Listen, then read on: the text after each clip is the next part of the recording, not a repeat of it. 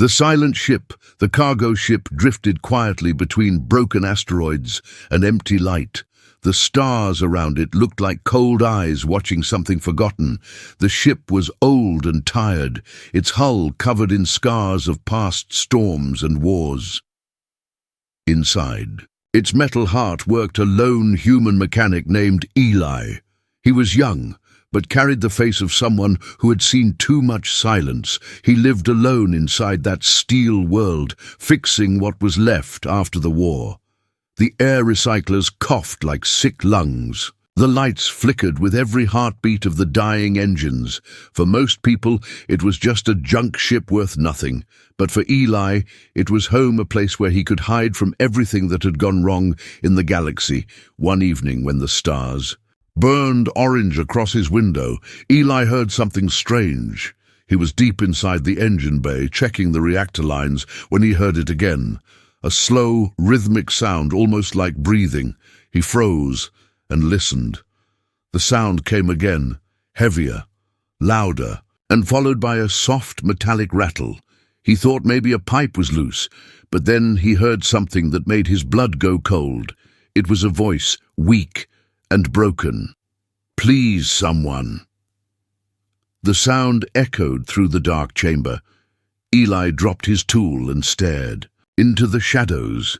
He moved his flashlight slowly, and the beam landed on something impossible. Behind a wall of thick metal plates, something was moving. Something huge. The reflection of his light touched a surface that was not metal, but scales shining. Silver and gold. A long shape shifted like a sleeping creature chained by glowing blue energy. Eli felt his knees go weak. He whispered, "Who are you?" The creature turned its head just a little.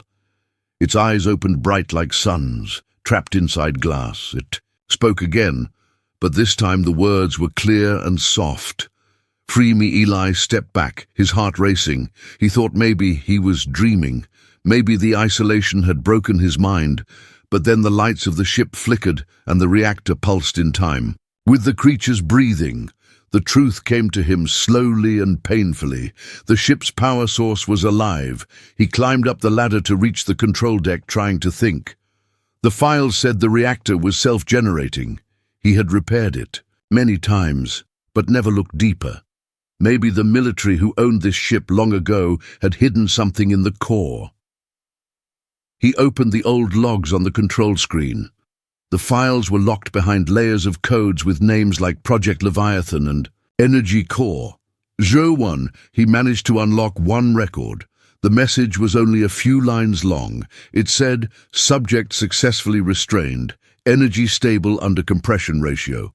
4,000, life signs minimal, maintain isolation. No personnel interaction authorized." Eli sat there unable to breathe, a living creature used as an energy battery, trapped and forgotten for decades. It made his stomach twist. He returned to the engine bay and stared at the creature again. It was larger than any life form he had seen. Its body mixed with wires and metal bands, but underneath it was something wild and ancient. Its wings folded against its body chains, sunk deep into them. The energy rings around its chest pulsed each time the ship powered on. "You are real," Eli said. The creature looked at him, eyes glowing softer now. "You are human," it said. "I remember your kind. You built ships to cross stars, and then you built cages for what you feared." Eli swallowed, guilt rising in his throat. He wanted to say he was different, but he could not. The truth of history sat heavy on his shoulders. "What is your name?" he asked. The creature closed its eyes. "I had a name once, but they called me Core. They chained me to the heart of this vessel. I sleep, and it moves. I breathe, and it lives. I stop, and it dies." Eli touched one of the glowing chains and felt heat like fire under his skin. He pulled back quickly, and the creature flinched. Pain rippled through its body. "I'm sorry," he said. "I didn't mean to hurt you. You cannot free me," it whispered. "If you break the bonds, the reactor will collapse. This ship will fall apart, and so will I." Eli looked around the room. He saw the engines shaking under the weight of time and rust. He thought about how long this creature had been alone in darkness, kept alive only to power machines. He knew what loneliness felt like. He had lived with it for years, but this was something worse. This was slavery. He turned back to the control screen and typed a few commands, trying to understand the system structure. The more he studied, the more he realized the truth. Every line of energy from the core led through the creature's body. Its heartbeat was the engine, the metal was the cage, the ship was alive, only because the dragon was suffering. When he went back to the creature, its eyes followed him. "You are not afraid," it said. "Maybe I should be," Eli answered, "but you sound more tired than dangerous." The dragon's eyes softened like embers fading. "I am tired, yes. I once flew through the black seas of stars before. Your people built their first ships. I saw worlds rise and fall, but one day they came with machines. They said they needed my fire to light their engines. They said they would set me free again. They lied." Eli stood in silence. The only sound was the hum of power running through the floor. He whispered quietly, "I will find a way to help you." The dragon looked at him sadly. "Do not promise what you cannot keep. Human kindness has cost lives." Before Eli nodded, but inside something burned a small spark of defiance. He was just a mechanic, not a soldier, not a hero. But if humanity had built this cage, then someone human should open it. As he walked back toward the control deck, the ship trembled. The lights dimmed and then brightened again, as if reacting to his decision. In the shadows behind him, the dragon watched with eyes full of ancient sorrow and the faintest glimmer of hope. That night, Eli sat in front of the main console, staring at the stars outside. The galaxy stretched endless and cold beyond. The glass, he thought about all the people who lived free under those stars, while something divine and alive suffered inside this dying ship. He whispered to the dark, "I won't leave you here. I don't care what happens to me." The dragon's faint voice reached him through the walls. "You speak like one who has nothing left to lose." Eli smiled a small, broken smile.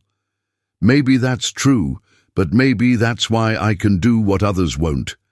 And somewhere deep inside the ship's metal heart, the chains gave a low, trembling sound, as if they had heard his words and remembered what freedom felt like. The forbidden secret. The next morning, Eli woke up to the same humming sound that filled the ship every day. But now it felt different. The air was heavier, as if the ship itself was watching him. He walked through the narrow metal halls, carrying his old toolkit, but his thoughts were far from any repair work. All night he had dreamed of chains glowing in the dark, and a dragon, whispering his name, reached the engine bay again. The dragon lay still, its body half covered in shadows. The chains glowed softly with the rhythm of a heartbeat. Eli sat near it and whispered, "You still awake?" The dragon opened one golden eye and looked at him. "I do not sleep much," it said. "The chains feed on my strength. They never let me rest." Eli felt a sting of anger deep inside. "How long have you been here?" "Longer than your world has counted its years," the dragon said. "The first ones who trapped me are long gone, but their machines remain. The humans forgot their sins, but the stars remember." Eli wanted to ask more, but the ship's console beeped loudly. A signal flickered on the small screen. It was a warning from the ship's communication system. Someone was scanning this area from space. He frowned. No one should be here. The sector was empty, abandoned. He ran a quick scan. The signal came from a human salvage crew nearby. They were searching for derelict ships to strip for metal and technology. If they found his ship, they would see the power readings and come straight here. And if they discovered the dragon, they would sell it, piece by piece. Eli cursed under his breath and shut down the main beacon to hide the ship's signal. The lights dimmed even more. He turned to the dragon and said, "Someone is coming, I have to hide you, or they will take you away again." The dragon gave a slow smile with sadness in its eyes. "You cannot hide a star behind smoke, mechanic. They will come and they will see." Milai thought fast. He opened the control screen again, digging into the old logs. This time he broke through another layer of encryption. The files were strange. They spoke about a program called Project Leviathan. It described how a living creature could be connected to a reactor to produce endless power. It called the process biofusion. The document even had test results. Each test ended with the same line: "Subject unresponsive." Eli felt sick reading it. He looked back at the dragon. "You were not the only one." The dragon nodded slowly. "There were others. They captured many of us. Only a few survived long enough to become power cores. You look at me and see a creature, but your ancestors saw an engine." Eli clenched his fists. "I am sorry," he said, quietly. The dragon's eyes softened. "You are not the ones who built these chains, but if you break them, you will share my burden. The energy that binds me keeps this ship alive. If you set me free, everything around us will burn." Eli sat down beside a console, staring at the blinking lights. He tried to think like a mechanic. There had to be a way to reroute the energy safely, but every path he mapped led back to the dragon's body. It was connected to every system, every wire, every bolt. He whispered, "I could die trying." The dragon's voice came calm and deep. "Then do not try for me. Do it for yourself, for the truth you still carry." The ship suddenly shook, making the walls rattle. Eli grabbed a railing as alarms began to flash. The radar showed 3 ships approaching fast, salvage marks painted on their hulls. He recognized the code. They belonged to a ruthless scavenger group, known for selling anything they could find from old war wrecks. Eli ran to the comms panel and tried to jam the signal, but it was too late. The enemy ships hailed him. A rough voice came through the speakers. "Unknown vessel, identify yourself." Eli stayed silent. The voice came again louder. "We see your power signature." "We are boarding, prepare to comply." Eli's heart pounded. He turned off the speaker and looked at the dragon. "They will come for you." He said, "I will not let them have you." The dragon looked at him like someone who already knew the end of the story. "Then, you must hurry, human. Their greed will destroy what little peace remains in the stars." Eli rushed to the maintenance deck, grabbing a plasma cutter and a small power shield. He set traps along the entry corridor, small EMP bursts that could disable metal suits for a few seconds. He knew he could not fight them all, but maybe he could slow them down long enough to finish his plan. He ran back to the core room. The dragon's eyes followed his every move. The chains hummed louder now, as if they could sense danger. The creature's voice filled the air like thunder. "You still have time to run." Eli shook his head. "I spent half my life running from what's right. I won't start again." He opened the control terminal beside the reactor and began rerouting energy flows. The system screamed warnings: reactor overload, danger critical. He ignored them all. Sparks burst from the panels. Heat washed over him. Sweat dripped down his face, but his hands kept moving faster.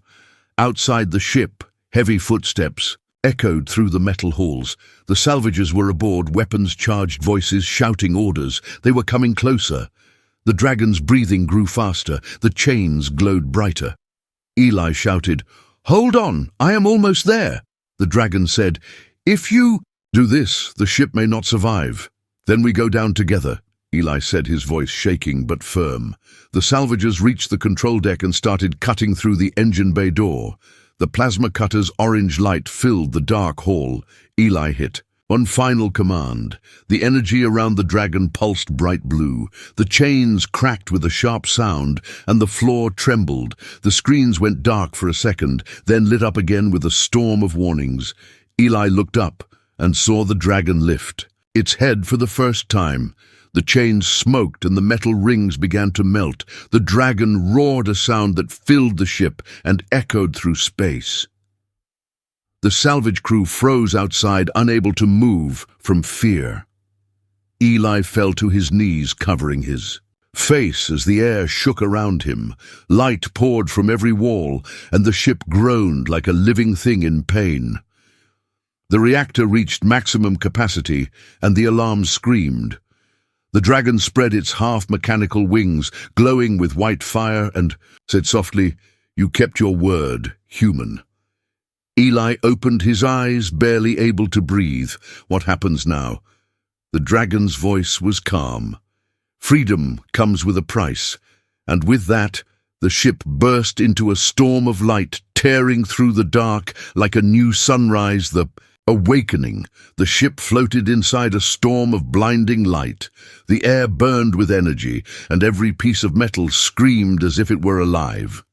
Eli felt the ground shake under his feet. The sound was not just noise, it was power, raw and ancient ripping. Through every system he had ever touched, he tried to see, but the brightness hurt his eyes. He raised an arm and shouted over the roar, "What is happening?" The dragon's voice came through the chaos, deep and steady. "The chains are breaking. The power you call reactor is returning to me." The walls around them glowed blue and white. Flames of pure light ran through the pipes, melting steel like wax. Sparks fell around Eli like rain. He stumbled toward the main console, but half the controls were already dead, burned out by the surge. He could smell smoke and metal and something else, the scent of the storm itself, outside the ship. The salvage crew panicked. Their scanners went wild. "All systems are failing." Their leader shouted, "Pull back, pull back." The ships tried to retreat, but their engines flickered. The energy wave from the freed dragon spread in every direction, crashing through space like a living pulse. Inside Eli's ship, the dragon's body lifted from the floor. Its wings stretched wider than the chamber itself. Each scale burned with light that felt older than the stars. Eli fell backward, staring at the creature that now filled the room. The voice that came next was soft but strong enough to shake his heart. "You kept your promise. Human now, the sky will remember you." Eli tried to stand. The heat was unbearable. The floor beneath him cracked open, showing the glowing heart of the reactor. He shouted, "You need to stop. The ship can't take this." The dragon looked down. Its eyes filled with sadness. "I cannot stop what has begun. The chains held my power for too long. Once released, it must return to the stars." Eli's ears rang with the sound of collapsing metal. He ran to the emergency panel and opened the hatch to the escape pod. Chamber smoke filled the hallway. He turned back toward the dragon. "You have to come with me."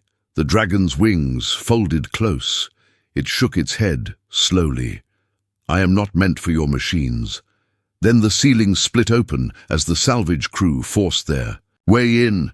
Their suits glowed with red lights, and they carried heavy plasma rifles. The leader saw Eli and shouted, "Get away from the core." Now Eli held up his hands. "You don't understand. It's alive."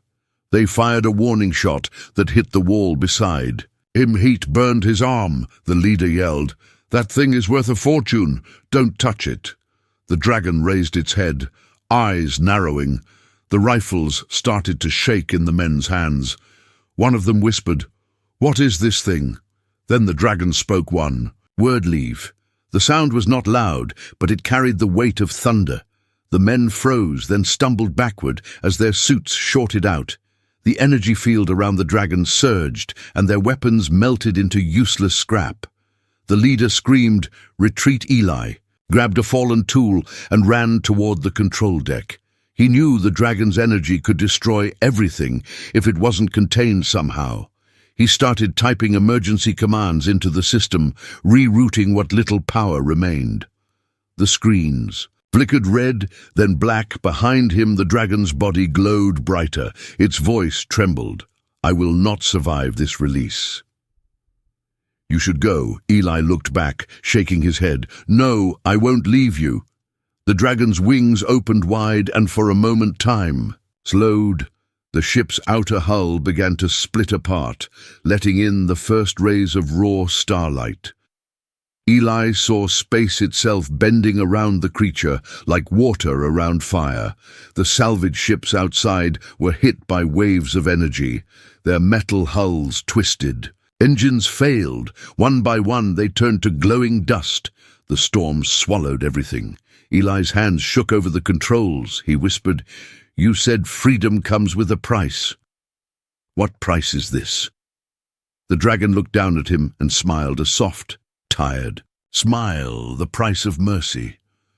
The stars will not forget that a human chose compassion over power. The deck shook again as another explosion tore through the back of the ship. Alarms screamed, but Eli kept his balance. He shouted over the noise, "There has to be a way to save you." "There is only one way," the dragon said. "My core must merge with the storm. The ship will not survive." "But you might." Eli realized what it meant. The dragon was planning to use its power to protect him from the final blast. He ran forward and pressed his hand against the warm, glowing scale near the dragon's chest. "Let me help." The dragon closed its eyes. "You already have." The light grew brighter. The sound faded until there was only a deep calm. The ship's walls dissolved into dust. The energy poured out of the dragon in rivers of color, spreading through the vacuum of space. Eli felt himself lifted off the ground, his body light as air. The dragon's form became pure radiance wings, stretching across the stars. In that moment, Eli saw memories not his own. He saw worlds where dragons once flew free across the skies of newborn planets. He saw them bringing light to worlds that had never seen the sun.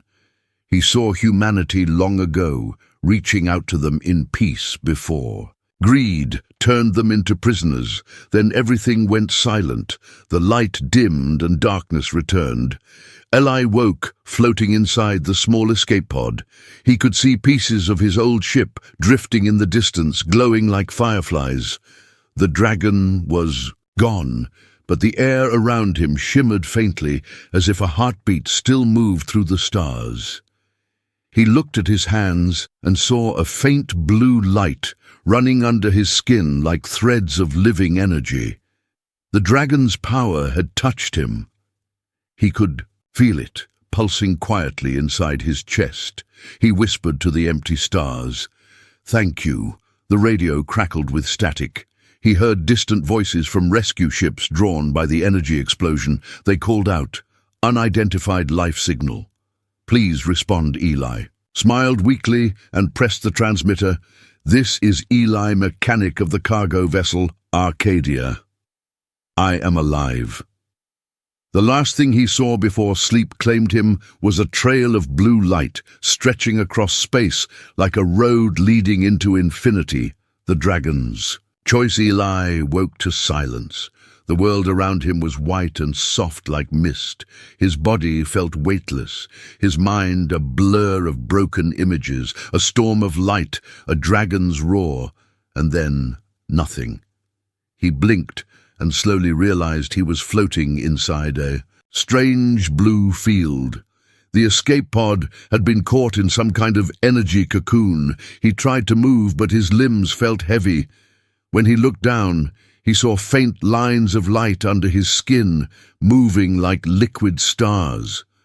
The glow pulsed with his heartbeat. He remembered the dragon's words, "I will give you life." Eli whispered into the empty air, "Are you still here?" The mist around him shimmered, and a voice came soft and calm. "I am here, though not as before." The light around him twisted and took shape. The dragon appeared not as flesh and metal, but as a vast form made of pure energy. Its wings spread across the void like rivers of light. Eli stared in awe. "You survived." The dragon's voice carried a gentle sadness. "Not in the way you understand. I am fading. But before I go, I wanted to see the one who freed me." Eli felt a lump in his throat. He wanted to speak, but no words came. He had freed the creature, yet now it stood before him, dying not in chains, but in the open sky. The dragon said, "When the ship fell apart, my body burned away, but a spark of me stayed. I used that spark to protect you. The energy within you now is part of me. That is why you live." Eli touched his chest, feeling the warmth of the glowing veins. "What am I now? Something between human and light." The dragon said, "My gift will fade in time, but while it lasts, it will keep you alive even in the cold of space. You are a bridge between what was lost and what might return." Eli felt tears sting his eyes. "Why did you save me after all that humans did to you?" "Because one human chose kindness," the dragon said. "One is enough to change the shape of a story. The stars remember acts of mercy more than acts of power." The mist started to thin around them. The void of space appeared again, endless and quiet. Fragments of the destroyed ship floated far away like ghosts of the past. The dragon's form began to break apart, streams of light lifting from its wings. Eli reached out his hand. "Don't go." The dragon looked at him with eyes that no longer glowed, but shone with peace. "My time is done, but my kind will wake again. Your courage has called to them. They will hear my final roar across the galaxies." The light around them rippled like a heartbeat. Then the dragon began to dissolve, piece by piece, into pure light. The voice echoed through Eli's mind. "You are not alone. Remember that." The glow faded, leaving Eli floating alone in the small pod. The silence was deeper than before, yet it was no longer empty. He felt the dragon's warmth inside him like a heartbeat made of starlight. Hours passed, or maybe days. He could not tell. He drifted among the wreckage of his ship until finally a signal reached him. A patrol ship from a nearby colony had picked up the energy trace. They pulled his pod aboard and found him unconscious, glowing faintly under his skin. When Eli woke again, he was lying on a white bed, surrounded by doctors and officers. Their eyes were wide with fear and fascination. They whispered to each other about the light coming from his veins and the strange energy readings coming from his body. A woman in a clean uniform stepped closer and asked, "Who are you?" Eli said quietly. "I'm a mechanic. I found something that was never meant to be found." She frowned. "We detected an explosion that wiped out 3 salvage ships. The energy signature was unlike anything we've seen." "What did you do out there?" Eli looked at the ceiling, remembering the dragon's eyes and the sound of breaking chains. He said, "I freed someone who deserved to be free." The woman didn't understand. She stepped back and called for security. They took him to a sealed room filled with scanners and machines. They wanted to study him, but every time they touched him, their instruments failed. Lights flickered. The machines went silent. The energy in his body refused to be measured. Days passed. The news spread across the colony and beyond. Reports spoke of a man who glowed like a living star. Some said he was a weapon, some said he was a miracle, others said he had brought back an ancient curse. Eli stayed quiet through it all. At night he looked out the small window of his room at the stars. They seemed closer now, brighter, almost alive. He whispered to them, hoping the dragon could still hear. "I kept my promise." Then one night, as he sat by the window, the lights in his room dimmed, the air shimmered, and he heard a faint rumble deep inside his chest. A whisper came from somewhere far away, the dragon's awaking. Eli ran to the window. Outside, the dark sky lit up with streaks of blue and gold. Lines of energy crossed the stars, like veins of fire forming shapes that looked like wings. He watched in silence as one after another massive shadows appeared, moving slowly across the heavens. The colony alarms began to ring. People ran outside, pointing to the sky, shouting in fear and wonder. The dragons had returned. Eli felt his heartbeat match the rhythm of the glowing. veins in the sky. The power inside him pulsed brighter, answering their call. He whispered, "Thank you for keeping your promise." He knew then what the dragon had meant. The spark given to him was a signal, a living key that would awaken the others across the galaxy. The moment one dragon was freed, the rest would hear and rise again. The night burned with light and sound like a song older than time itself. The colony trembled not from fear, but from awe as the stars themselves seemed to breathe again. Allah smiled softly, watching the sky. The dragon's choice had not only saved him, it had brought back an entire species long thought lost. He whispered to the wind, "I will find you again, old friend. Not as your jailer, but as your equal." And far beyond the shining clouds, something roared in answer, the last signal. The colony did not sleep for many nights. The people stood under the open sky, watching the bright shapes moving through the stars. They could not understand what they were seeing. Some called them dragons, some called them storms. Others said they were weapons from a forgotten age. But Eli knew what they were. He could feel their presence in his heart, like a pulse of living light. He became the center of attention. Scientists, soldiers, and leaders all wanted to speak to him. They asked him what the creatures wanted, if they were dangerous, if they would attack. Eli told them again and again, "They are not here to destroy, they only wanted to be free." Few believed him. The government placed him under protection, or as some said, under watch. They feared that he might be connected to whatever power the dragons carried. They tried to study the energy within him, but no tool could measure it, no machine could explain it.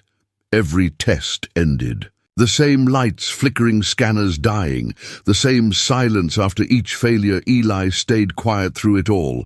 He spent his days looking out the observation window of the colony tower, staring at the stars. He could see the dragons forming great patterns across the sky, as if they were drawing something with their light. Each night they moved closer to one another, forming a circle of fire around a single point far in the distance. One night the head scientist came to him with fear in his eyes. He said, "The energy readings have changed. The dragons are gathering around a dying star. It is going to collapse. We think it will explode." Soon Eli felt a deep ache in his chest. He knew what it meant.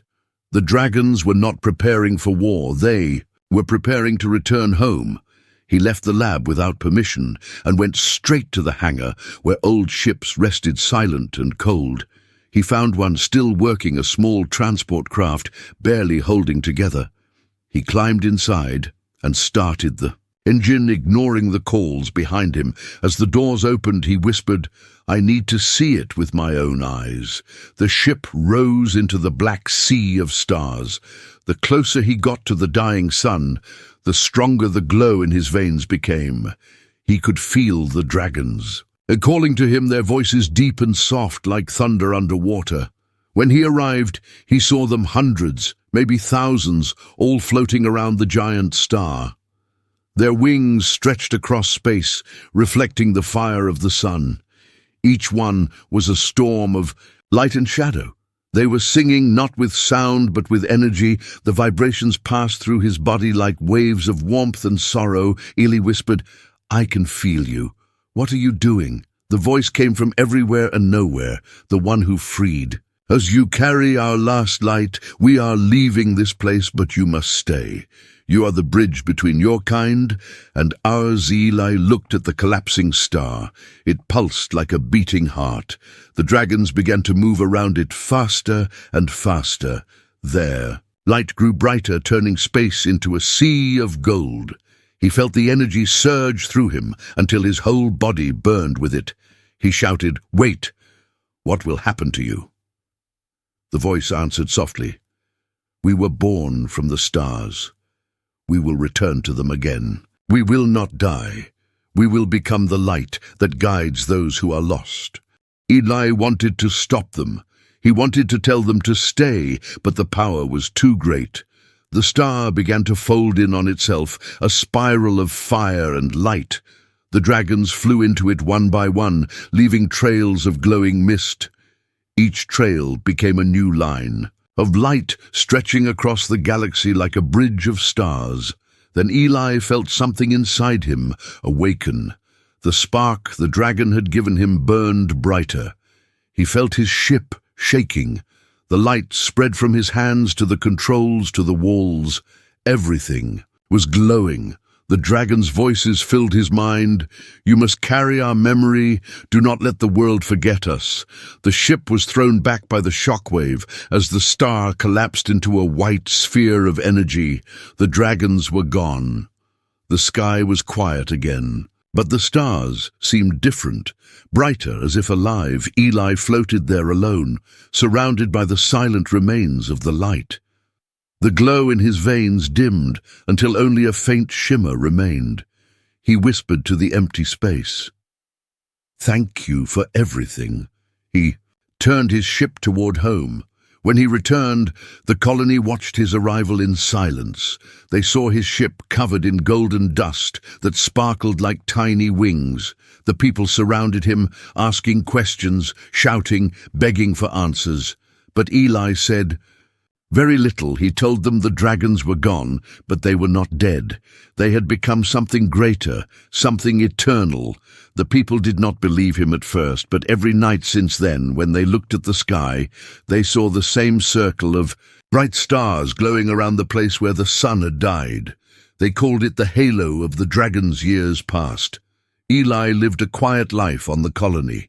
He worked again as a mechanic, fixing ships and teaching younger ones about engines and stars. But sometimes at night he would walk outside and look at the halo shining in the sky. He could still feel a heartbeat inside him, faint but steady. The energy had not left him completely. It was as if a piece of the dragons still lived in him, guarding him, watching through his eyes. One evening a child from the colony asked him, "Is it true that you freed the dragons?" Mr. Eli smiled and nodded. "I just opened the chains. They freed themselves." The child looked up at the halo and said, "Do you think they can see us?" Eli looked at the stars, and for a moment he thought he saw one of the lights flicker as if answering. He whispered softly, "I think they always could." That night, as he sat alone in his small workshop, he turned off the lights and closed. His eyes, the hum of machines around him faded away. He felt warmth in his chest and heard a distant voice say, "The bridge still stands." He smiled, knowing the dragons were still out there, not as beasts of fire and scales, but as rivers of light across. The galaxy Eli had once been just a mechanic, fixing broken things. Now he had mended something far greater. He had repaired a bond between two lost worlds. And when he finally looked out at the night sky for the last time, he saw the halo shimmer more time like a dragon's heartbeat, and he whispered, "I kept my promise, old friend, the end." Enjoyed the story? Like it and subscribe for more.